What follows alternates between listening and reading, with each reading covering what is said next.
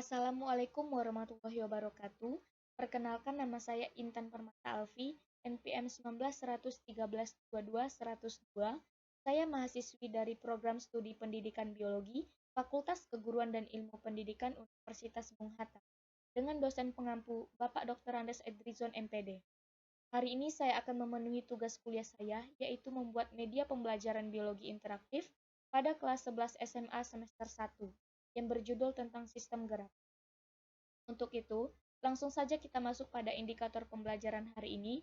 Yang pertama, menyebutkan macam-macam sistem rangka, menjelaskan fungsi sistem rangka, menjelaskan pembagian tulang berdasarkan jaringan penyusunnya, menyebutkan pembagian tulang berdasarkan bentuknya, menjelaskan kelainan pada sistem gerak, dan yang terakhir, menjelaskan teknologi dalam mengatasi kelainan sistem gerak. Adapun tujuan pembelajaran hari ini, yang pertama, untuk mengetahui macam-macam sistem rangka, yang kedua, untuk mengetahui fungsi sistem rangka, yang ketiga, untuk mengetahui tulang berdasarkan jaringan penyusunnya, yang keempat, untuk mengetahui pembagian tulang berdasarkan bentuknya, yang kelima, untuk mengetahui kelainan pada sistem gerak, dan yang keenam, untuk mengetahui teknologi dalam mengatasi kelainan sistem gerak. Langsung saja kita masuk pada materi hari ini yang berjudul tentang sistem gerak. Hari ini kita akan membahas sistem gerak pada manusia, yang mana sistem gerak pada manusia dibentuk oleh sistem rangka dan sistem otot. Rangka sendiri merupakan alat gerak pasif yang akan digerakkan oleh otot. Sistem rangka, yang pertama, rangka sebagai alat gerak pasif dan otot sebagai alat gerak aktif. Fungsi-fungsi rangka, yang pertama, sebagai pemberi bentuk dan postur tubuh, yang kedua, melindungi organ-organ yang lunak, yang ketiga, sebagai penyangga berat badan, yang keempat, tempat melekatnya otot, dan yang kelima, mendukung terjadinya gerakan. Rangka dibedakan menjadi dua, yaitu yang pertama, rangka aksial atau sumbu tubuh, yang kedua, rangka apendikular. Rangka aksial terdiri dari tulang tengkorak, tulang telinga, tulang belakang, tulang dada atau sternum, dan tulang rusuk atau kosta. Ini merupakan struktur dari tulang tengkorak, yang mana tulang tengkorak ini merupakan contoh dari rangka aksial tadi. Ini tulang tengkorak tampak dari depan, yang mana strukturnya terdiri atas tulang frontal, tulang parietal, tulang baji, tulang temporal, tulang hidung, tulang zygomatikus, tulang maksila, dan mandibula. Sedangkan tulang tengkorak ini merupakan tulang tengkorak tampak dari samping, yang terdiri dari tulang frontal, tulang baji, tulang etmoid, tulang oksipital, tulang temporal, dan parietal. Selanjutnya ada tulang belakang. Ini merupakan susunan dari tulang belakang, yang terdiri dari lengkung leher, lengkung dada, lengkung pinggang, lengkung kelangkang, tulang leher, tulang dada, tulang pinggang, tulang kelangkang, dan tulang ekor. Ini gambar dari tulang dada dan tulang rusuk. Ini adalah bagian dari tulang dada, dan ini merupakan bagian dari tulang rusuk. Tadi kita sudah membahas tentang rangka aksial, yang mana kita sudah contohkan pada gambar tulang tengkorak dan tulang belakang. Sekarang kita masuk pada rangka apendikular atau rangka pelengkap atau anggota gerak tubuh, yang terdiri dari gelang bahu atau pektoral. Gelang bahu atau pektoral ini terdiri dari tulang belikat atau skapula, tulang selangka atau klavikula. Sedangkan anggota gerak atas terdiri dari tulang humerus, tulang pengumpil, tulang hasta, karpal atau tulang pergelangan tangan, metakarpal atau tulang telapak tangan, dan falangus atau tulang jari tangan. Sedangkan gelang panggul atau pelvis terdiri dari ilium atau tulang usus, pubis atau tulang kemaluan, dan ischium atau tulang duduk. Ini adalah gambar dari tulang anggota gerak atas yang terdiri dari tulang humerus, ulna, radius, karpal, metakarpal, dan falanges. Sedangkan pada gambar B ini merupakan contoh gambar dari tulang anggota gerak bawah yang mana terdiri dari femur, patella atau lutut, tibia, fibula, tarsal, metatarsal, dan falanges. Ini sudah disebutkan tadi bahwa anggota gerak bawah terdiri dari femur, tibia, fibula, patella, dan falanges. Nah, pada gambar ini merupakan gambar kerangka tubuh dari manusia, yang mana pada sebelah kiri ini merupakan kerangka tubuh manusia tampak dari depan, sedangkan pada gambar yang sebelah kanan ini kerangka tubuh manusia tampak dari belakang. Tampak dari depan terdiri dari mandibula, tulang selangka, femum, radius, ulna, humerus, rusuk, femur atau tulang paha, dan patella atau lutut. Sedangkan kerangka tubuh manusia tampak dari belakang terdiri dari tengkorak, tulang leher, scapula, tulang punggung, tulang pinggang, ilium, sacrum, ischium, tibia, dan tulang betis atau fibula. Yang kedua, kita masuk pada tulang. Berdasarkan jaringan penyusunnya, tulang dibedakan menjadi dua macam, yaitu tulang rawan atau cartilago dan tulang keras atau osteon. Kita masuk pada yang pertama, tulang rawan atau cartilago, yang mana tulang rawan ini terdiri dari tulang rawan hialin, tulang rawan fibrosa, dan tulang rawan elastin. Yang kedua, yaitu ada tulang keras atau osteon, yang terdiri dari tulang kompak atau padat dan tulang spons. Kita masuk pada bentuk tulang. Terdiri dari tulang pipa dan tulang pipih. Tulang pipa contohnya pada tulang lengan dan tulang paha. Sedangkan tulang pipih contohnya adalah tulang tengkorak. Yang ketiga ada tulang pendek. Contohnya tulang telapak tangan atau kaki. Yang keempat tulang sesamoid atau tulang patella contohnya. Dan yang kelima tulang tidak beraturan. Contohnya pada tulang rahang dan tulang panggung. Ini merupakan gambar dari struktur tulang pipa, yang mana terdiri atas artikulasi, cakra epifis, tulang spons, rongga sumsum tulang endosteum, periosteum, artikulasi, epifisis, diafisis, dan epifisis. Yang ketiga ada persendian. Terdiri dari sinartrosis. Pada sinartrosis ini tidak memungkinkan terjadinya gerakan. Contohnya pada hubungan antara tulang tengkorak dan tulang rusuk dengan tulang dada. Yang kedua ada amfiartrosis. Amfiartrosis ini masih memungkinkan terjadinya gerakan yang terbatas. Contohnya hubungan antar ruas tulang belakang dan tulang rusuk. Yang ketiga, diartrosis.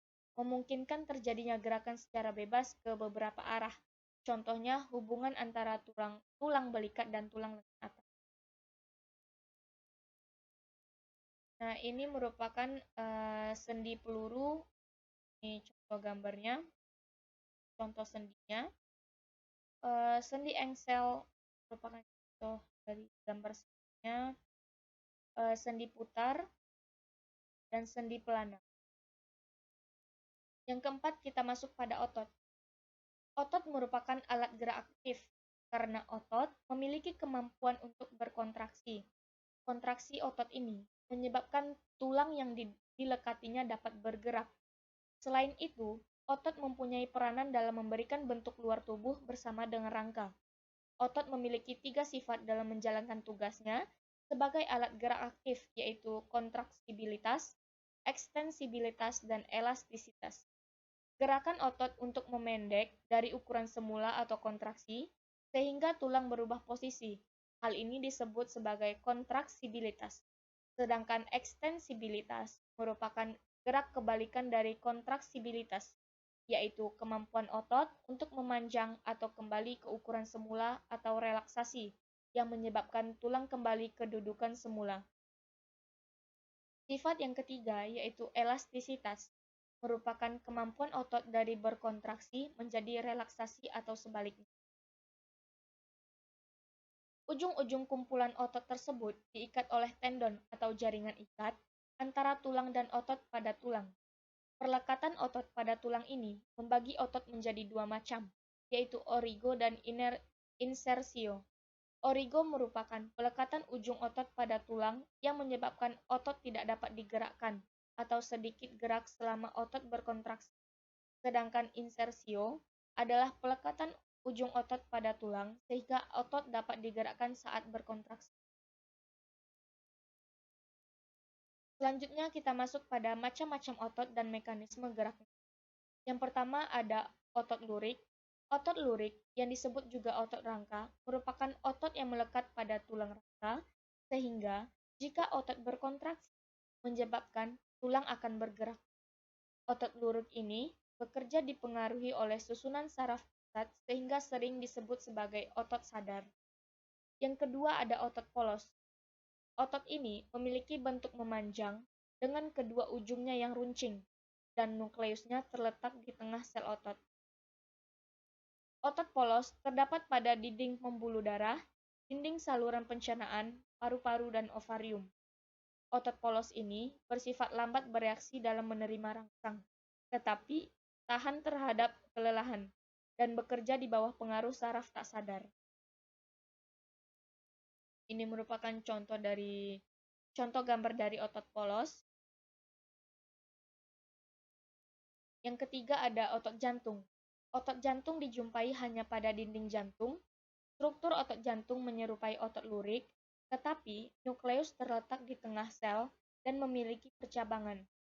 Otot jantung bekerja di bawah pengaruh saraf tidak sadar, cepat bereaksi terhadap rangsangan, dan tahan terhadap kelelahan. Kontraksi otot jantung menimbulkan denyut jantung. Jantung akan berkontraksi terus-menerus selama organisme hidup. Ini ada tabel perbedaan dari jenis-jenis otot tadi. Yang pertama ada otot lurik, otot polos, dan otot jantung. Berdasarkan cirinya, yang pertama ada letak. Otot lurik melekat pada tulang, sedangkan otot polos di organ-organ dalam, kelenjar dan pembuluh darah, otot jantung di dinding jantung. Ciri yang keduanya yaitu pada inti sel. Pada otot lurik, banyak inti selnya terletak di tepi atau perifer. Pada otot polos, hanya satu berada di tengah. Otot jantung juga satu, juga berada di tengah. Pengontrolannya otot lurik secara sadar, otot polos secara tak sadar, dan otot jantung secara tidak sadar. Bentuk selnya pada otot lurik yaitu berbentuk silinder, otot polos berbentuk gelendong, dan otot jantung berbentuk bercabang. Berdasarkan garis melintangnya, otot lurik ada garis melintangnya, otot polos tidak ada, dan otot jantung itu ada. Yang kedua yaitu gerakan antagonistik. Gerakan ini merupakan gerak berlawanan antara dua atau lebih otot yang mengendalikan gerak pada suatu bagian tubuh. Sebagian besar otot tersusun dalam pasangan yang antagonis. Berdasarkan arah geraknya, gerakan antagonis dapat dibedakan menjadi beberapa macam. Yang pertama yaitu fleksi. Fleksi merupakan gerak otot fleksor sehingga bagian tubuh menekuk, misalnya menekuknya lutut dan siku. Sedangkan ekstensi merupakan gerakan otot ekstensor untuk meluruskan kembali bagian tubuh yang telah ditekuk, misalnya meluruskan kaki atau siku. Ini merupakan contoh gambar dari gerakan fleksi. Yang pertama itu ada tendon, bicep atau kontraksi, tendon, tricep atau relaksasi. Gambar yang sebelah kanan ini merupakan contoh gerakan dari ekstensi, yang mana terdiri dari tendon, tricep atau kontraksi, tendon, dan bicep atau relaksasi. Yang kedua itu ada abduksi dan aduksi. Abduksi merupakan gerakan anggota tubuh menjauhi sumbu tubuh, misalnya merentangkan tangan hingga sejajar dengan bahu. Sedangkan aduksi ialah gerakan anggota tubuh mendekati sumbu tubuh, misalnya menegakkan tangan kembali setelah direntangkan. Yang C merupakan yang C ada pronasi dan supinasi. Pronasi adalah gerakan memutar telapak tangan dan jari untuk menelungkup. Sedangkan supinasi adalah memutar telapak tangan dan jari untuk menengadah. Yang D, depresi dan elevasi. Depresi merupakan gerakan menurunkan anggota tubuh, sedangkan gerakan elevasi adalah mengangkat anggota tubuh. Kita masuk pada materi kelainan dan gangguan pada sistem gerak. Gangguan tulang yang pertama ada gangguan fisiologis, disebabkan karena kelainan fungsi vitamin atau hormon. Contoh ini, microcephalus hydrocephalus, acromegaly, leopard. Rakitis itu merupakan penyakit tulang karena D, sedangkan vitamin D itu sendiri fungsi proses penimbunan zat subur pada waktu pembentukan tulang.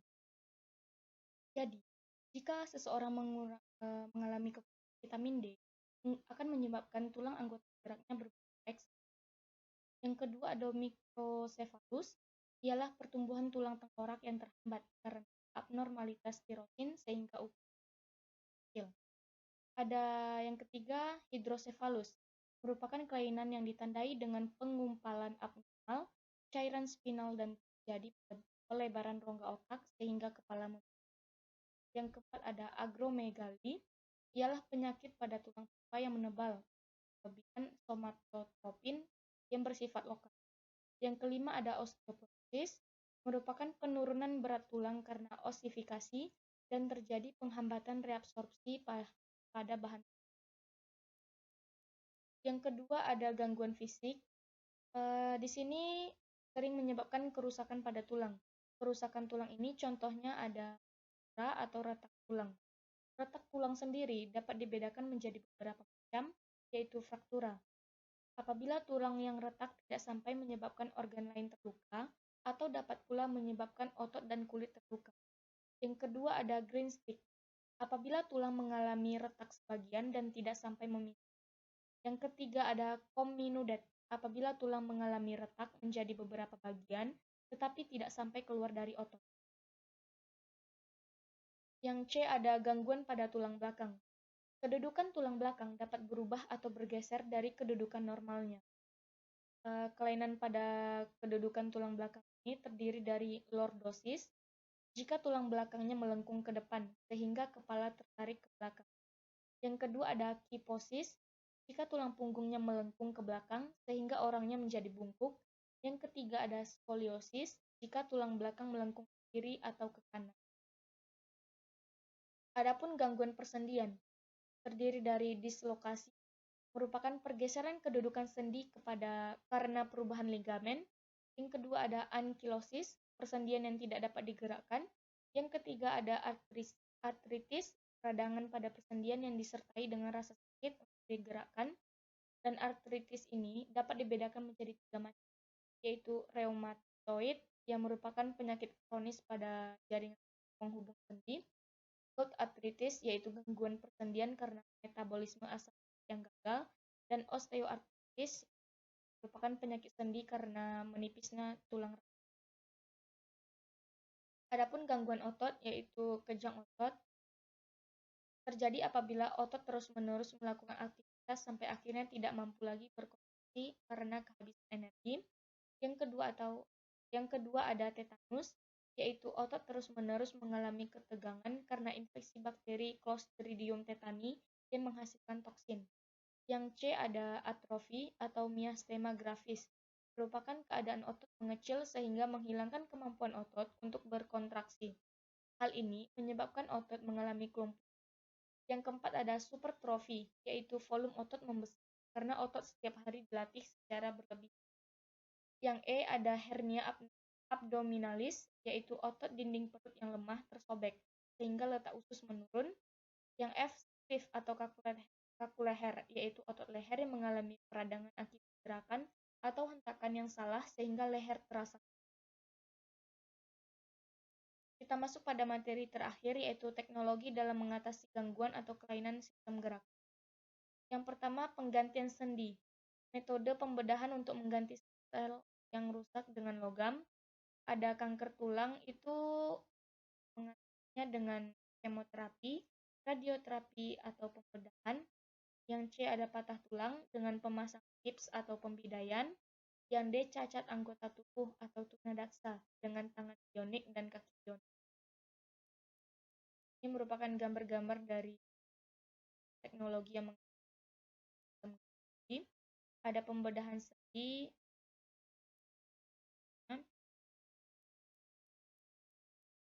ada kanker, radioterapi atau pemasangan gips pada patah tulang, ada tangan bionik dan kaki bionik.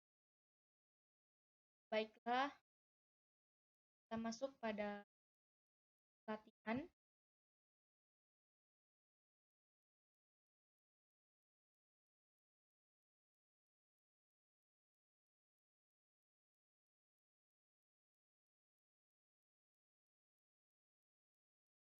Ini merupakan yang pertama, jelaskan sebagai. Yang kedua, apa yang dimaksud dengan sebagai aktif? Yang ketiga, tuliskanlah fungsi. Yang keempat, jelaskanlah perbedaan jenis. Dan soal yang kelima, tuliskanlah berbagai macam aktif dengan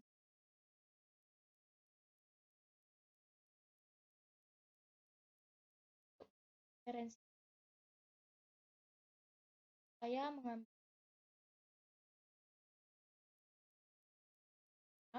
dengan penulis Faidah Rahmat, Nurul Urifah, Ari Wijayati, dengan penyuntingnya Emina. Ini merupakan profil.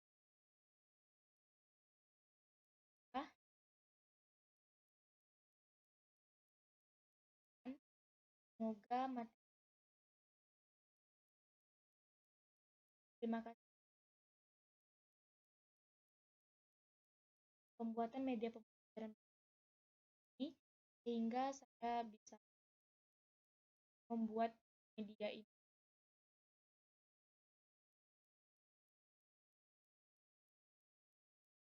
Ya, ada media pembelajaran. Saya ucapkan.